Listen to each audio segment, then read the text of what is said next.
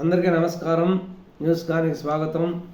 ఈరోజు ప్రధాన దినపత్రికలోని వార్తలను కానీ విశ్లేషించినట్లయితే, మొదటిగా ఈనాడు దినపత్రికను తీసుకున్నట్లయితే, గత ప్రభుత్వ దుర్మార్గపు పాలనలో పతనము అంచుకు రాష్ట్రం, సహజ వనరుల దోపిడీ, అలవిమాలిన అప్పులు, అధిక వడ్డీ రేట్లు, కేంద్రం నిధుల మళ్లింపు, బ్రాండ్ ఆంధ్రాకు పూర్వవైభవం తెచ్చే పనిలో ఎన్డీఏ ప్రభుత్వం.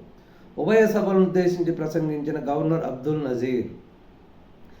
బడ్జెట్ సమావేశాల ప్రారంభ సందర్భంగా ఉభయ సభలను ఉద్దేశించిన గవర్నర్ గారు ప్రసంగించడం జరిగింది. ఈ గవర్నర్ గారి ప్రసంగంలో మాట్లాడిన మాటలో చూసినట్లయితే, గత ప్రభుత్వ దుర్మార్గపు పాలనలో పతనం అంచుకు రాష్ట్రం చేరింది. ఎందువల్లంటే సహజ వనరులను విచ్చలవిడిగా దోపిడీ చేయటం, అలోమాలిన అప్పులు, అధిక వడ్డీ రేట్లు, అంటే ఒక క్యాలిక్యులేషన్ లేకుండా అడ్డదిడ్డంగా అప్పులు తేవటం, ఇక కేంద్ర నిధులన్నీ కూడా దారి మళ్లింపు, ఇటువంటి చర్యల వల్ల బ్రాండ్ ఆంధ్ర పూర్తిగా దెబ్బతినింది. బ్రాండ్ ఆంధ్రాకి పూర్వవైభవం తెచ్చే పనిలో ఎన్డీఏ ప్రభుత్వం పనిచేస్తుంది అని గవర్నర్ గారి ప్రసంగంలో పేర్కొనడం జరిగింది. 11 నిమిషాల ముచ్చటే. 7 నెలల తర్వాత సభకు హాజరైన వైకాపా అధినేత సభలో ఉన్నది కొద్ది నిమిషాలే. ప్రధాన ప్రతిపక్షంగా గుర్తించాలంటూ ఆందోళనకే పరిమితం.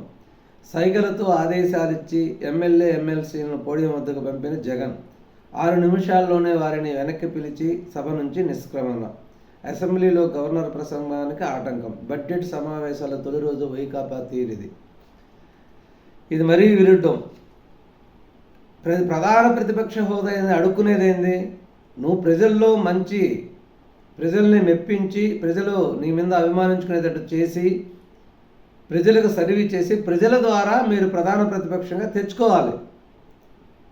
గత ప్రభుత్వంలో మీ పరిపాలన చూసి, మీ అద్మాలన ఆలోచనలు, మీరు రాష్ట్రంలో చేసిన విచ్ఛిన్నాన్ని చూసి ప్రజలు మీరు అనర్హులు, రాష్ట్రాన్ని పరిపాలించడానికి అనర్హులనే ఉద్దేశంతో ప్రధాన ప్రతిపక్ష హోదా కూడా ఇవ్వకుండా 11 సీట్లకు పరిమితం చేశారు. అసెంబ్లీ నిబంధనల ప్రకారం, ఆచారాల ప్రకారం ప్రధాన ప్రతిపక్ష హోదా రావాలంటే 10% సీట్లు ఖచ్చితంగా వచ్చి ఉండాలి. అంటే 17-18 సీట్లు వచ్చుంటేనే మీకు ప్రధాన ప్రతిపక్ష హోదా వస్తుంది. కాబట్టి మీరు ప్రధాన ప్రతిపక్ష హోదా అనేది డిమాండ్ చేసినంత మాత్రాన రాదు. ఆ సొట్టు పెట్టుకొని మీరు పూర్తిగా అసెంబ్లీని ఎగ్గొట్టి ప్రభుత్వాన్ని విమర్శించి ప్రభుత్వంలో ఉండే లోపాలను ఎత్తి చూపేసేటటువంటి అవకాశాలను మీరు పోగొట్టుకోవడం వలన మీరు పూర్తిగా రాజకీయాలకి సమాధి కట్టినట్టేనని చెప్పుకోవచ్చు. ఎందుకంటే మీ రాజకీయ జీవితానికి, మీ పార్టీ రాజకీయ జీవితానికి ఇది ఒక రకమైన పెద్ద ఇబ్బందికరమైన పరిస్థితి. ఖచ్చితంగా మీరు అసెంబ్లీకి అటెండ్ అయ్యి అసెంబ్లీలో ప్రభుత్వాన్ని నిలదీస్తూ ఉండాలి, ప్రభుత్వ లోపాలను ఎత్తి చూపిస్తూ ఉండాలి. ప్రజల పట్ల మీకు మక్కువ ఉంది, శ్రద్ధ ఉందని ప్రజలు అనుకోవాలంటే మీరు ఖచ్చితంగా అసెంబ్లీకి అటెండ్ కావాలి. మీరు మొక్కుబడిగా వచ్చి మీరు అసెంబ్లీ స్థానాన్ని కోల్పోతారు అనే ఉద్దేశంతో వచ్చి పోవటం అనేది కరెక్ట్ కాదు. ప్రధాన ప్రతిపక్షంగా గుర్తించాలంటూ ఆందోళన చేయడం, అడుక్కోవటం అనేది అసలుకి చాలా ఇబ్బందికరమైన పరిస్థితి. అది మీకు మంచి పద్ధతి కూడా కాదు. కాబట్టి 11 నిమిషాల్లోనే లోక్సభలో అటెండ్ అయ్యి కొంచెంసేపు ఉండి గలబా చేసి పోవడం దగ్గర వెంటనే బయటికి వెళ్ళిపోవడం జరిగింది. అన్నీ 11. వైకాపాకు ప్రస్తుతం మొత్తం 11 మంది ఎమ్మెల్యేలు ఉన్నారు. జగన్ ఆ పార్టీ సభ్యులు సోమవారం సభలో 11 నిమిషాలే గడిపారు. అసెంబ్లీలో వైకాపా సభ్యులు 10, 11, 12 నెంబర్ బ్లాక్లో కూర్చున్నారు. ఎక్కువ మంది సభ్యులు 11 నెంబర్ బ్లాక్లోనే కూర్చోవడం గమనార్హం. ఈ 11 అనేది వాళ్ళకి బాగా కలిసి వచ్చినట్టుంది. అంటే 11 మంది ఎమ్మెల్యేలు అసెంబ్లీలో ఉన్నది 11 నిమిషాలే, వాళ్ళు ఎక్కువ కూర్చున్నది కూడా 11 నెంబర్ బ్లాక్లోనే. గవర్నర్ ప్రసంగిస్తుండగానే అసెంబ్లీ నుంచి వాకౌట్ చేసి వెళ్ళిపోతున్న మాజీ సీఎం జగన్, వైకాపా ఎమ్మెల్యే ఎమ్మెల్సీలు. శాసనసభకు రామ్ ఎమ్మెల్యేలు మీడియా ద్వారానే మాట్లాడాలి. వైకాపా ఎమ్మెల్యేలు ఎమ్మెల్సీలతో జగన్ భేటీలో నిర్ణయం. ఎమ్మెల్యేలు కానీ ఎమ్మెల్సీలు కానీ ప్రభుత్వం మీద ఆరోపణలు అనేవి మీడియా ద్వారానే చేయాలి, మనం అసెంబ్లీకి వెళ్ళకూడదు అనే ఒక దిశానిర్దేశం చేసినట్టు తెలుస్తున్నది. అదేవిధంగా దీనికి ప్రభుత్వ వర్గాలు కొన్ని వర్గాలు ఏం చెప్తున్నాయంటే, ఈరోజు అటెండెన్స్ అనేది అసెంబ్లీ అటెండెన్స్లో నమోదు కాదు, గవర్నర్ ప్రసంగం అనేది అసెంబ్లీ నమోదులో అటెండెన్స్ రికార్డు కాదు, కాబట్టి జగన్మోహన్ రెడ్డి వాళ్ళు వచ్చినా కూడా రానట్టే లెక్క, ఖచ్చితంగా 60 రోజుల నిబంధన అనేది వర్తింప చేస్తాం, 60 రోజులు అసెంబ్లీకి రాకపోతే డిస్క్వాలిఫై అవుతారు అనేది చర్చించుకోవడం జరిగింది. ఏపీ ఫైబర్ నెట్ చైర్మన్ పదవికి జీవీ రెడ్డి రాజీనామా, ఆమోదించిన CM Chandrababu. Fibre net MD Dinesh Kumar స్థానచలనం. ఇది ఒక రకమైన బాధాకరమైన విషయం. ఎందుకంటే ప్రభుత్వం జీవీ రెడ్డి అనేది ఒక మంచి మేధావి, మంచి ఆలోచన శక్తిపరుడు, మంచి విద్యావంతుడు కూడా. అటువంటి జీవీ రెడ్డి కాంగ్రెస్ అధికార ప్రతినిధిగా ఉండి తమ వాదన వినిపిస్తున్న సమయంలో జీవీ రెడ్డి కాంగ్రెస్ పార్టీకి రాజీనామా చేసి అప్పుడు అధికార పార్టీలో కాకుండా ప్రతిపక్షంలో ఉన్నటువంటి తెలుగుదేశం పార్టీలో చేరడం జరిగింది. ఎందుకంటే చంద్రబాబు నాయుడు విధి విధానాలు మెచ్చి ఆయన తెలుగుదేశం పార్టీలో చేరటం జరిగింది. అటువంటి వ్యక్తులు తెలుగుదేశం పార్టీలో చేరిన వెంటనే అతనికి మంచి హోదా ఇచ్చి జాతీయ అధికార ప్రతినిధి హోదా ఇవ్వటం కూడా జరిగింది.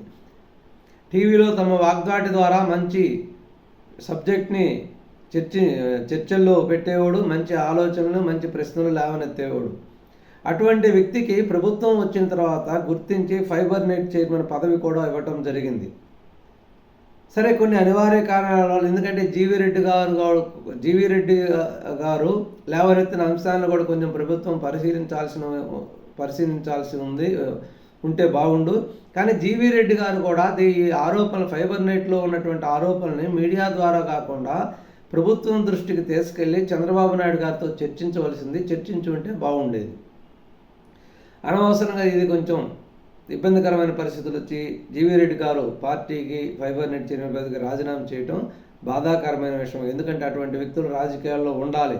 మంచి విలువలు కలిగిన వ్యక్తి, రాష్ట్ర అభివృద్ధిని, ప్రజల బాగోగుల్ని ఆలోచించేటటువంటి వ్యక్తి రాజకీయాల్లో ఉండటం అనేది ఆవశ్యకము, ఖచ్చితంగా ఉండాలి. కానీ తొందరపడి రాజీనామా చేశాడు.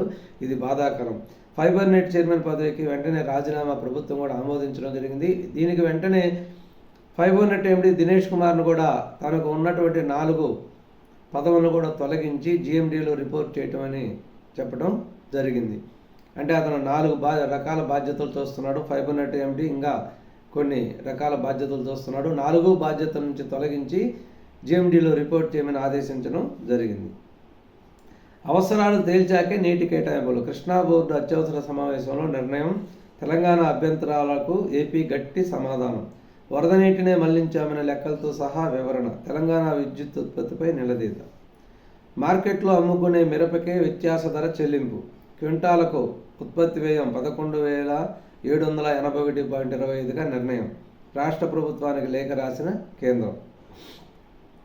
చంద్రబాబు నాయుడు యొక్క వ్యూహము చర్చలు ఫలించి ఎట్టకేలకు కేంద్ర ప్రభుత్వం మిర్చి రైతుల మీద మంచి నిర్ణయం తీసుకోవడం జరిగింది.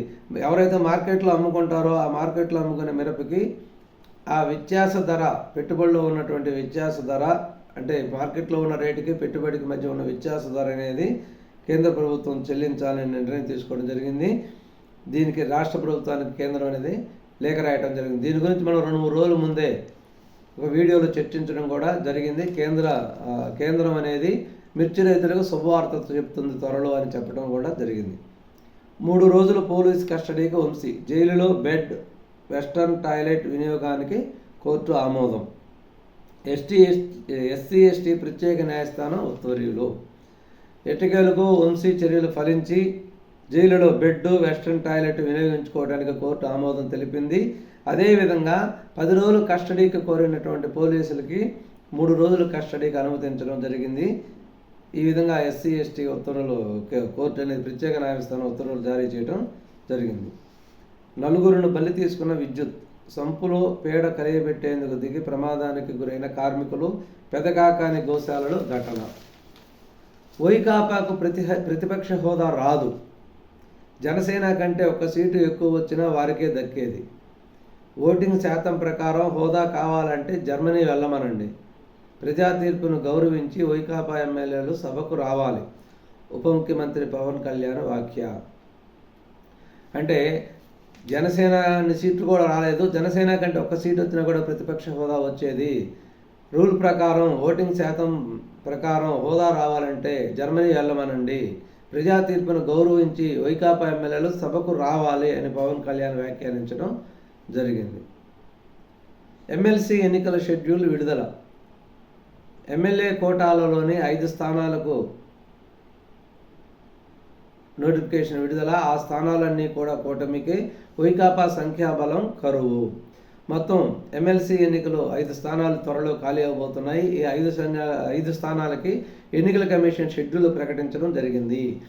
1 జనసేనకి, మిగిలిన 4 టీడీపీకి తీసుకునే అవకాశం ఉంది. జనసేన ముఖ్య నాయకుడు నాగబాబుకి ఎమ్మెల్సీ సీట్ ఇచ్చేటటువంటి అవకాశం ఉంది. ఈ షెడ్యూల్లో మార్చి 3 నోటిఫికేషన్ విడుదల, నామినేషన్ల స్వీకరణ మార్చి 10, నామినేషన్ల పరిశీలన మార్చి 11, నామినేషన్ ఉపసరణ గడువు మార్చి 13, పోలింగ్ అనేది మార్చి 20, ఓట్ల లెక్కింపు మార్చి 20న సాయంత్రం 5 గంటల నుంచి. ఇది ఎన్నికల ప్రక్రియ పూర్తవుతుంది. సచివాలయాల్లో మిగులు ఉద్యోగులు 15,498 యాస్పిరేషనల్ ఫంక్షనరీలుగా అవకాశం. ఇంకా మిగిలితే ఇతర ప్రభుత్వ శాఖల్లోకి హేతుబద్ధీకరణ ప్రతిపాదనలు సిద్ధం చేసిన అధికారులు. అప్పుడు జగన్మోహన్ రెడ్డి అడ్డదిడ్డంగా ఉద్యోగాలు ఇచ్చి, సచివాలయంలో ఉద్యోగాలను ఇచ్చి, వాలంటీర్లు పక్క వాళ్ళ పక్క సచివాలయంలో ప్రతిరోజు ఖాళీగా కూర్చొని వాళ్ళు ఎటువంటి పని లేకుండా, అంటే ఉద్యోగాలు ఇచ్చిన వాళ్ళకి జాబ్ చార్ట్ అనేది ఇవ్వకుండా ఉన్నారు. ఏం చేయాలనో, ఏ పని చేయాలనో వాళ్ళు అయోమయానికి గురవుతా కూర్చోవడం జరిగింది. ఎట్టుకేలకు కొత్తగా వచ్చినటువంటి ఎన్డీఏ ప్రభుత్వం సచివాలయంలో ఉండేటువంటి మిగులు ఉద్యోగులందరినీ లెక్క తేల్చడం జరిగింది. వీళ్ళని అనేక ప్రభుత్వ శాఖల్లో వీళ్ళని అడ్జస్ట్ చేయడం జరుగుతుందని ప్రభుత్వం నిర్ణయం తీసుకోవడం జరిగింది. ఇది ఈరోజు ప్రధాన దినపత్రికలో వచ్చినటువంటి ముఖ్యమైన వార్తలు. మరొక ముఖ్యమైన విషయంతో మళ్ళీ కలుద్దాం.